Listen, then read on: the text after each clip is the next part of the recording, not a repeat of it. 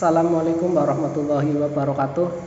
Hai, jumpa lagi dengan saya Pak Amin dalam pembelajaran matematika kelas 11 semester 1 SMK Astrindo Kota Tegal. Dalam kegiatan pembelajaran kali ini, untuk pertemuan yang pertama kita akan membahas tentang pengantar induksi matematika. Sebelum kita lanjut ke materi, tujuan dari pembelajaran ini yaitu setelah kegiatan pembelajaran diharapkan kalian dapat menjelaskan konsep atau pola dari induksi matematika. Kemudian mampu menemukan suatu konsep atau pola dari induksi matematika itu sendiri. Kompetensi dasarnya KD 1.1 pengantar induksi matematika. Mari kita perhatikan ilustrasi gambar berikut ini. Pada gambar terdapat susunan papan yang disusun secara sedemikian rupa.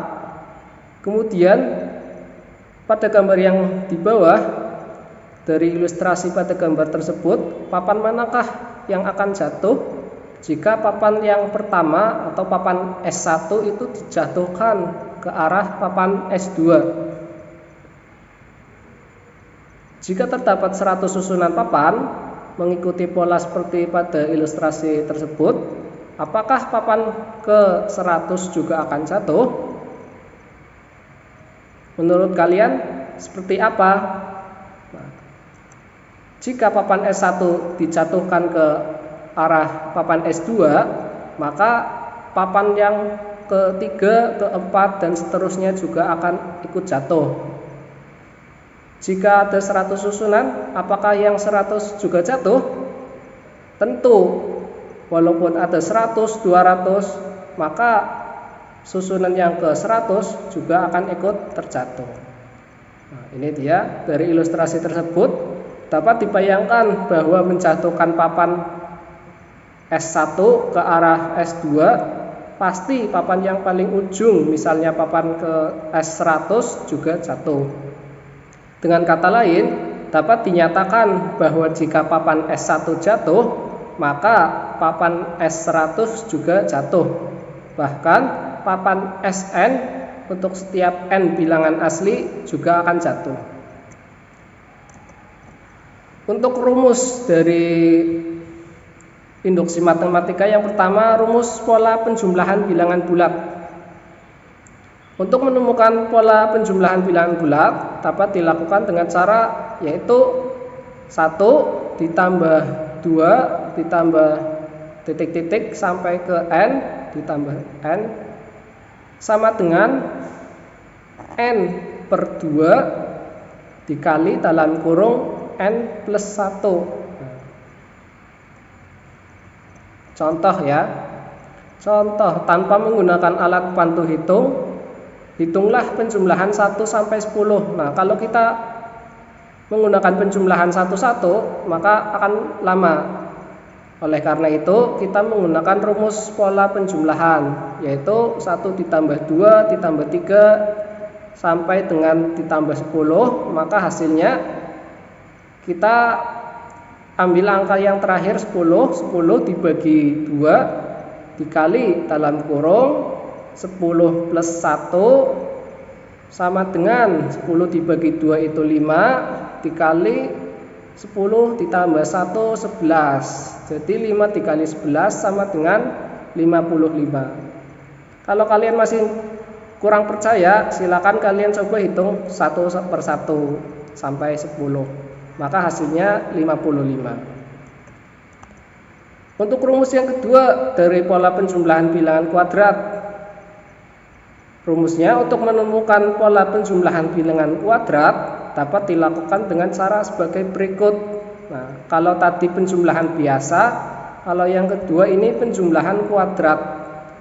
1 ditambah 1 kuadrat ditambah 2 kuadrat ditambah titik-titik sampai ke n kuadrat sama dengan n dikali dalam kurung n plus 1 dikali kurung n plus 1 kurung tutup dibagi 6. Agar lebih mudahnya kita langsung ke contoh soal.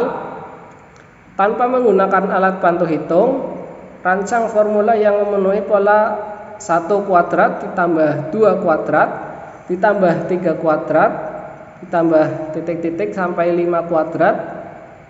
Berapa hasilnya? Maka kita menggunakan pola penjumlahan bilangan kuadrat, yaitu 1 kuadrat ditambah 2 kuadrat tambah titik-titik sampai 5 kuadrat sama dengan 5 dikali dalam kurung 5 plus 1 kurung tutup dikali dalam kurung 5 plus kurung lagi 5 plus 1 kurung tutup dibagi 6. Maka 5 dikali 6 dikali 11 dibagi 6 hasilnya sama dengan 55. Itu ya. Kalau kita penjumlahan satu-satu juga bisa, tapi akan lebih lama. Jadi kesimpulan pembelajaran pertemuan pertama pada kali ini, yaitu ada 2 rumus yang kita gunakan dalam induksi matematika. Yaitu yang pertama rumus 1 pola penjumlahan bilangan bulat, yaitu yang rumusnya tadi sudah Bapak uraikan, 1 ditambah 2 ditambah titik-titik sampai ke n sama dengan n per 2 dikali dalam kurung n plus 1. Kemudian rumus yang kedua, pola penjumlahan bilangan kuadrat, yaitu 1 kuadrat ditambah 2 kuadrat ditambah titik-titik sampai ke n kuadrat sama dengan n dikali dalam kurung n plus 1 kurung tutup dikali dalam kurung n plus n plus 1 kurung tutup dibagi 6. Cukup jelas ya anak-anak. Kemudian untuk yang terakhir ada evaluasi pembelajaran. Silahkan kalian coba kerjakan soal-soal ini sesuai dengan rumus yang tadi Bapak jelaskan. Sekian untuk pertemuan pertama pada mata pelajaran matematika kelas 11 semester 1. Wassalamualaikum warahmatullahi wabarakatuh.